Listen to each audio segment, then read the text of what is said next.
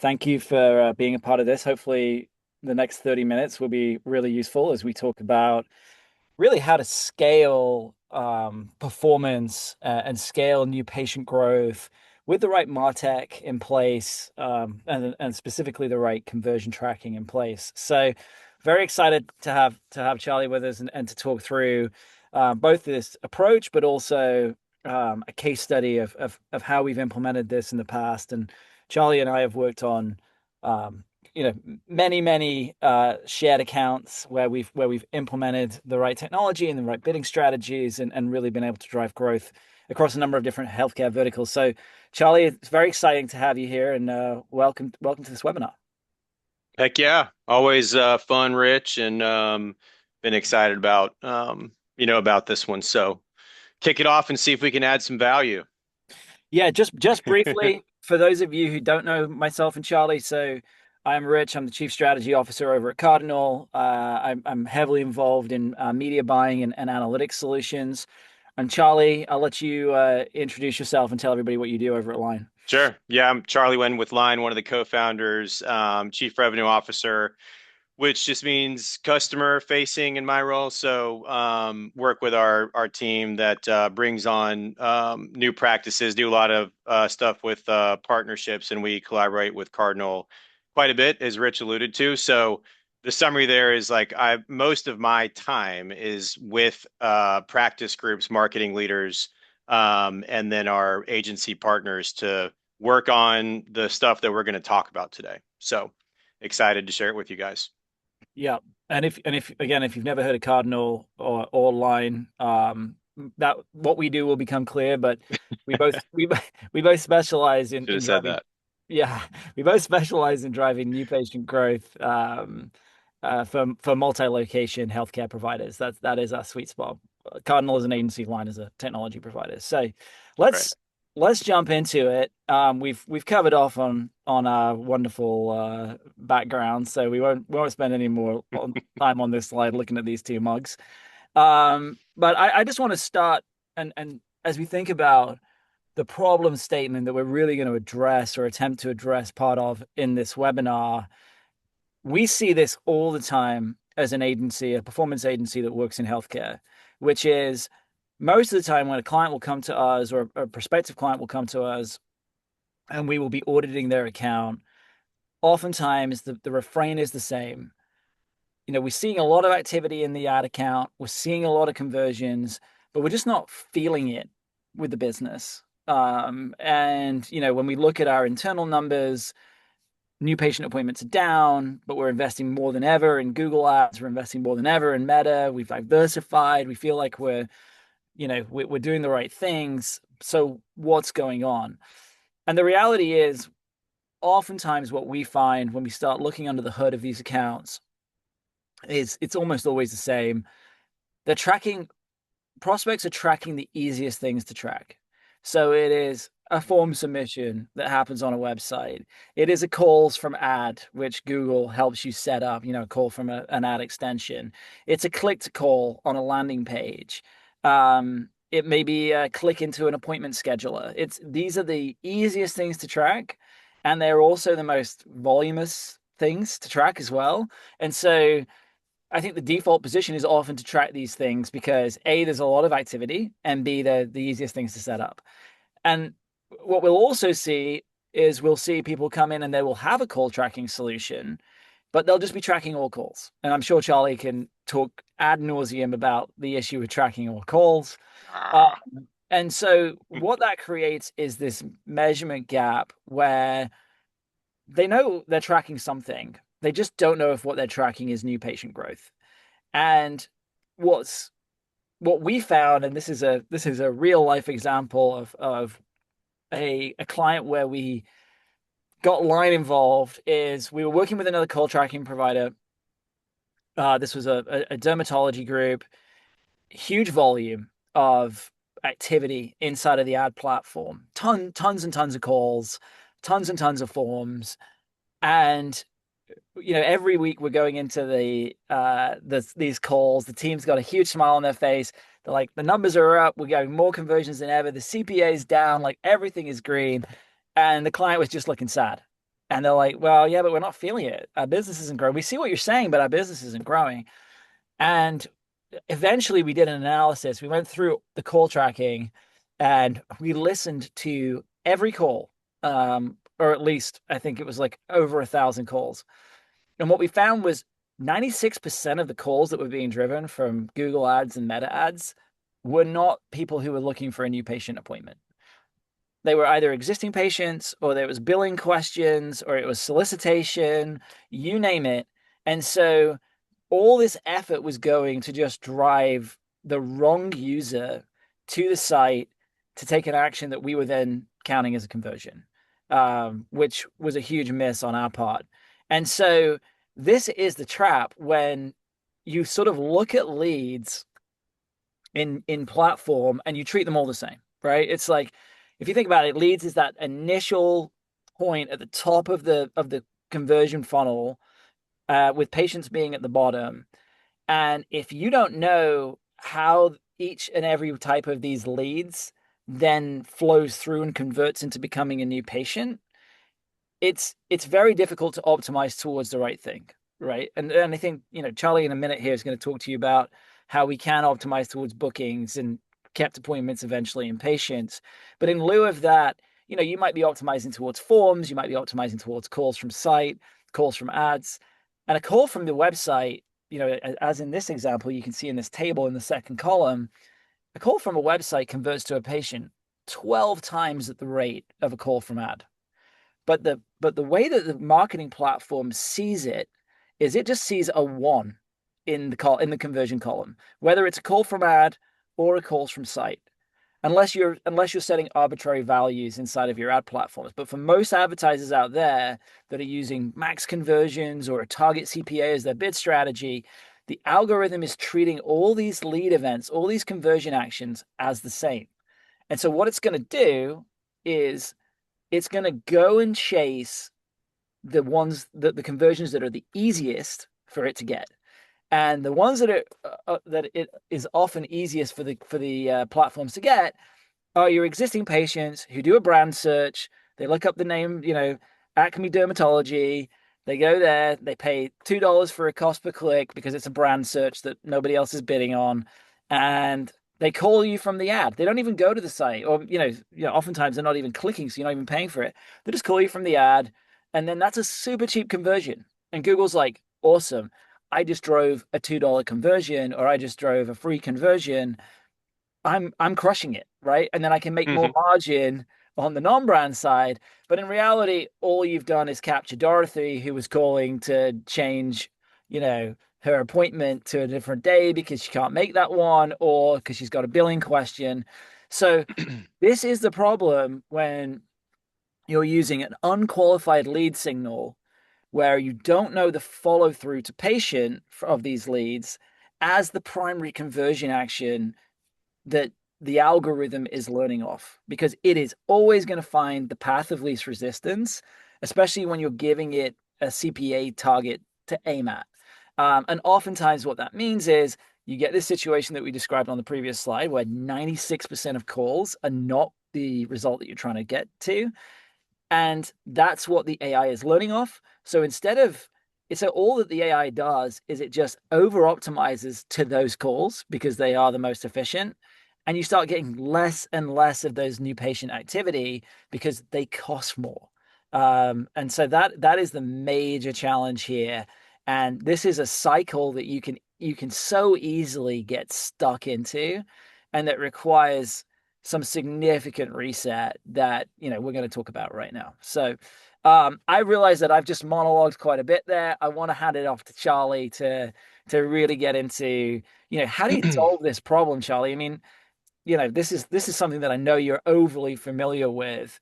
So what can marketers do to address this issue and really make sure that their dollars are going towards the right prospects who they can convert into new patient leads and appointments? I hate following you because you speak so beautifully, Rich. Well said. One of the things I want to emphasize there, like as I talk about this or with what Rich is saying, it's kind of for some of you listening might sound like an obvious, like, well, duh. Like, of course we should have those better performance metrics and conversion actions for ads. The reason that a lot of people, most people don't, is it's hard to do. Rich mentioned at the beginning, like it's easy to set this up and to start tracking clicks into the online booking environment or just total calls. And I think most marketing leaders that in my experience, like there's so much time and effort to get the planning of the strategy and the campaigns all put together.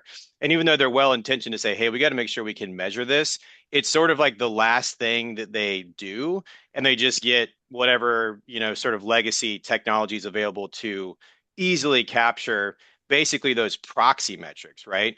And it gets set up, and then I think everyone knows, like, hey, I don't actually know that this is a patient, but it's pretty directional, right? At least I can see if there's a big increase in these things, then we should be on the right path.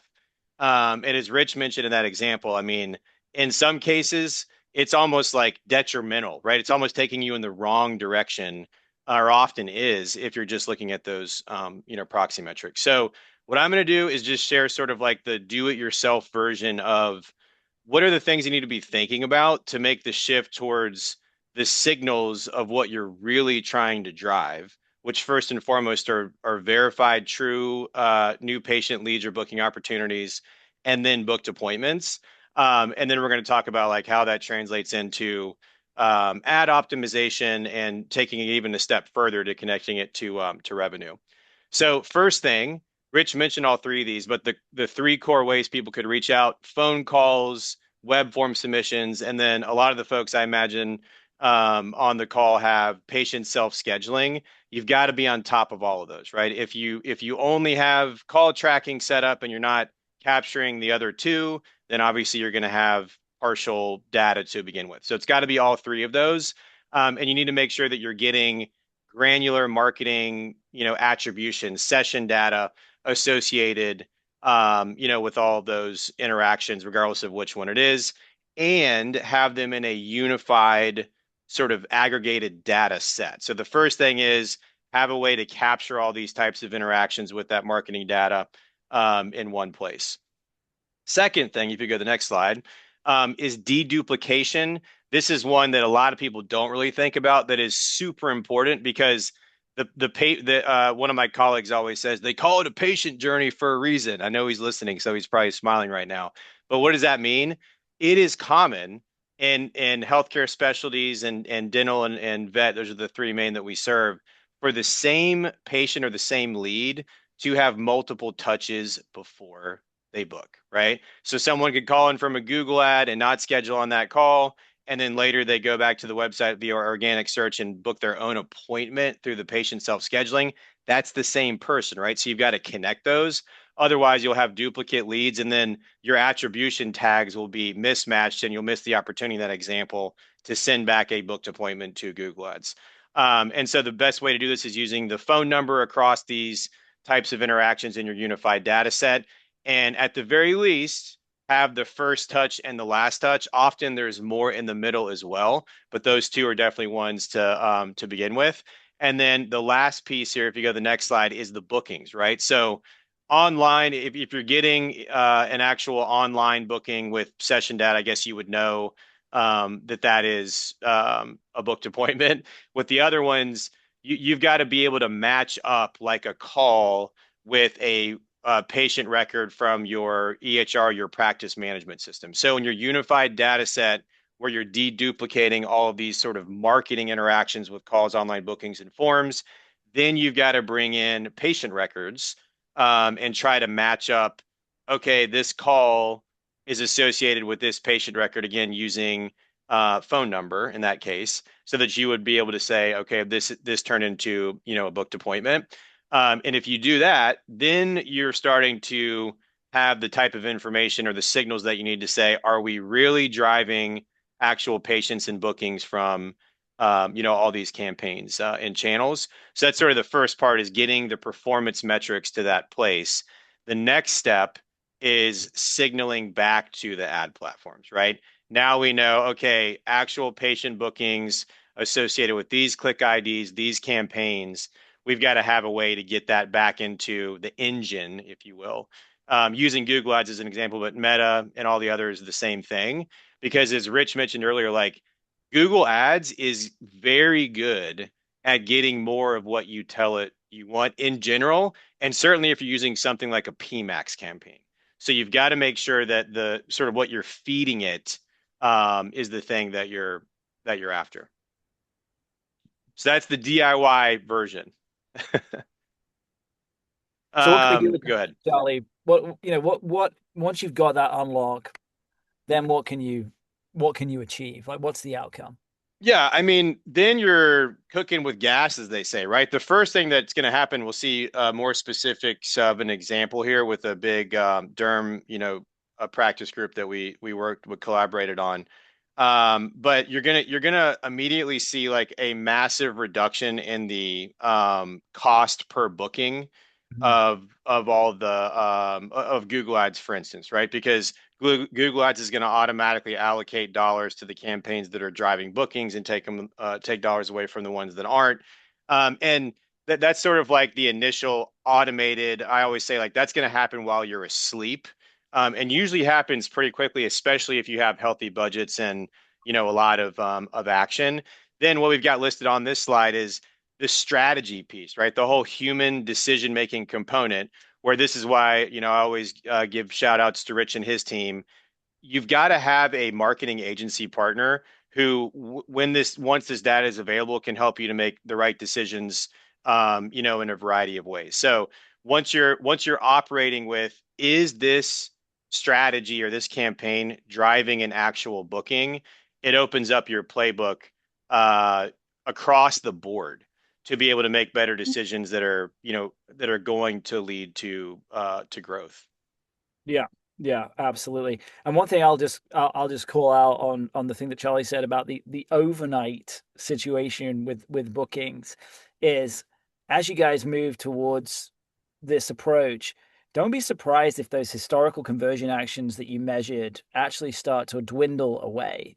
You'll probably get less calls from ads. You'll probably get less calls from site, less form submissions as Google starts to optimize to those qualified prospects that are actually going to become or likely to become new patient bookings. So again, that's something that we help educate our clients on is seeing those top of the funnel leads diminish is not necessarily a bad thing because again, if you're in the situation where 96% of those people are the wrong people, you don't want to be driving a ton of calls through these acquisition channels anyway.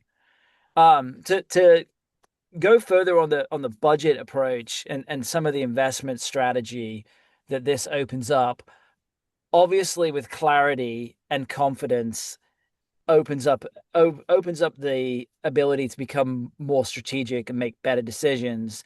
And so I think something that technology like Line has enabled Cardinal to really do is to sit down with clients and say, okay, client, you've got 100 locations, 200 locations, and now we can track new patient bookings and new patient leads across all of these locations.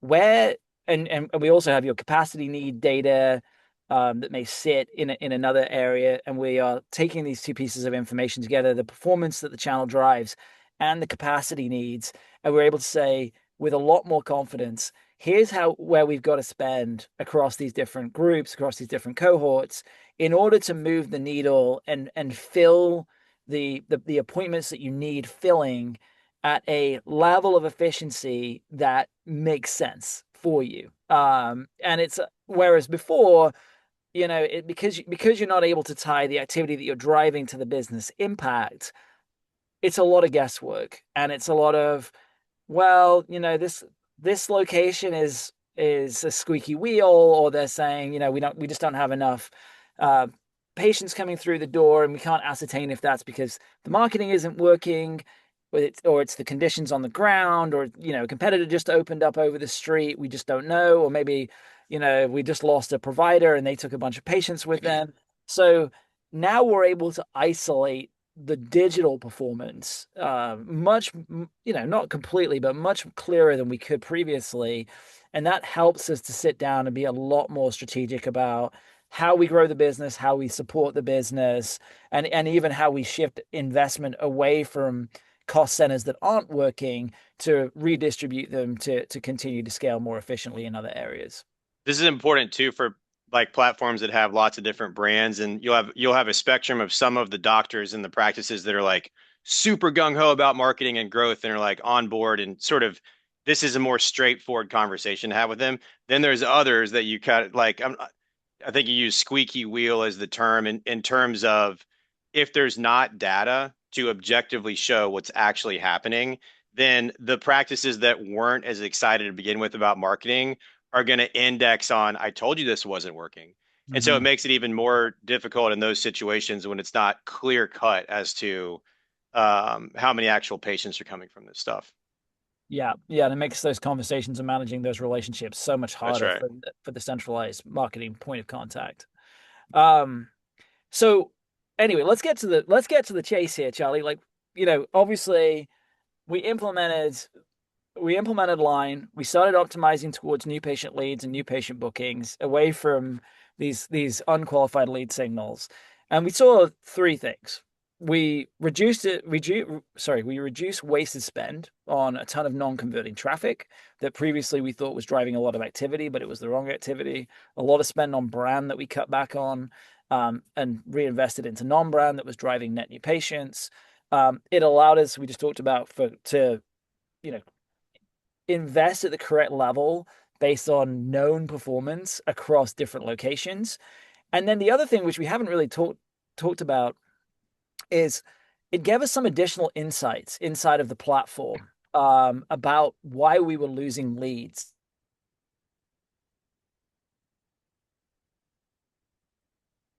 Rich, did we lose Being, you?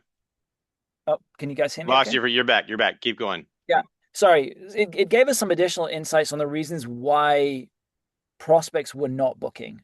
Right. And some of those were operational, some of those were marketing and positioning, and those allowed us to change the digital experience. It actually allowed the client to talk to some of its call center operatives or its front of house staff around how they should guide a conversation to make sure to maximize the chance of driving a new patient appointment, and to give us some clarity and positioning of what we did and what we did not do, and how we had to change our messaging both pre-click and post-click to really give a prospect clarity on why they would choose us and what services we provided. So these three things all led to 172% increase in our monthly booked appointments and a 57% reduction in our cost per booking. So CPB went way down, and that gave the client confidence to invest more in the channel, and that allowed us to scale significantly more as well. So these results were huge, and as Charlie said, this wasn't like 3 years in the making.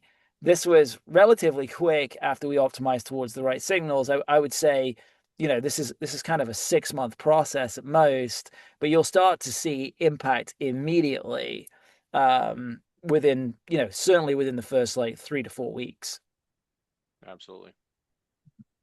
So let's talk a little bit. I know we only have 6 minutes left, but this isn't where it ends, right, Charlie? It's not we drive bookings and all of a sudden we've solved everything, because while businesses don't run on bookings, they run on revenue.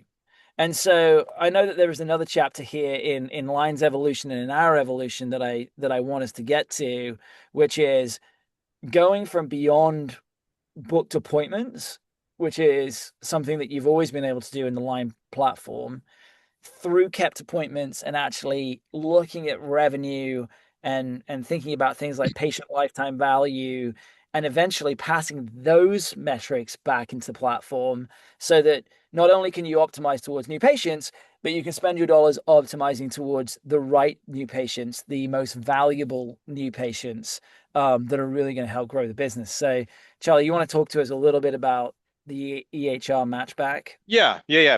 Absolutely. And going back to the DIY earlier, like assume that that is in place where you've got your unified data set. You know how many people have booked appointments and across the calls, online bookings, and forms. And I guess in that example, you would already be pulling stuff from the EHR. But anyways, let's say you've got the bookings with the marketing tags, right? Being able to see how many of those people showed up and turned into revenue, as Rich mentioned, is really important. That's the end game ROI. That's everybody's after that, right? That ultimately that's got to be there. Otherwise, this won't work long term. And the hard part is the matching. What we found is usually when people are trying to do this, they're just leveraging phone number, especially for calls. Like that's the only sort of unique identifier they have. And so what we found is like you really got to try to get a lot more information from the interaction to find the proper patient records in general, and especially in certain specialties like let's say orthodontics where there's lots of parents that are reaching out about multiple kids. So there's like multiple patient records that have the same phone number, just as an example. So you can attempt to do something like this inside of like a data lake where you're pulling in information from your PMS and call tracking and other sources. What we've taken the approach of is we call it entity detection, where we're analyzing all the interactions and are getting 10 or 11 data points. There's phone number, there's legal name, date of birth, address, all this other stuff. And that match back rate being really important. So when you have all those data points that I'm talking about, we found you can get on average about a 97% match back rate. When it's just phone number, it's more like 65 or 70 typically. But if you're not doing this, like I would absolutely recommend talking to technical folks on your team to start to figure out like what are our options to be able to get this information from the PMS somewhere and just try to start matching it back. Because it's ultimately you've got to be able to tie all of the things that you're doing on the marketing side to actual, revenue impact. Yeah, and I think where this is so powerful is obviously there are certain things that you can set up from a marketer's point of view in a digital platform based on the audiences that you target or the keywords that you use, where you know that someone coming in through that entry point is likely going to be higher revenue, right? So if like I have multiple service lines, one of them is primary care, another one is a high acuity specialty. I know that if I'm driving a lead through the high acuity specialty, that person's going to be worth more. But there are other factors that you cannot optimize to as a marketer. So, for instance, the reimbursement rates of certain payers. I can't optimize towards Aetna patients using Google search, even if I know that gives me a higher reimbursement rate than Cigna. But if I'm sending this revenue data back, the algorithm is learning that these people who have Aetna are driving more revenue than these people who have Cigna. So we're optimizing towards people that have Aetna. So, and again, that's a way to leverage the algorithm to drive more ROI for the business that you can't do through any other method. There's no other lever that you can pull there to make that happen. So, very exciting stuff. Anything else that you would add, in terms of this slide, Charlie, on, going beyond just the marketing metrics for the business impact? Yeah, I mean, I'm sure there's a lot of marketing leaders on the call that either have to are involved with prep for board meetings or maybe go into board meetings. And you get simple questions, right? Show me the impact of the Google Ads budget from last quarter or whatever. And those are hard to answer, right? If you have the proxy metrics, because not only can you not show the impact of actual patients that have been driven, by those strategies, you really don't have any insight into why it's working well or why it's not. Because in addition to showing what happened in those kind of meetings, it's important to demonstrate that like what did we learn, and so what are we going to do now in an effort to improve. So I think that's a huge benefit when you have this type of reporting in place for marketing leaders that are involved with meetings like that. Absolutely.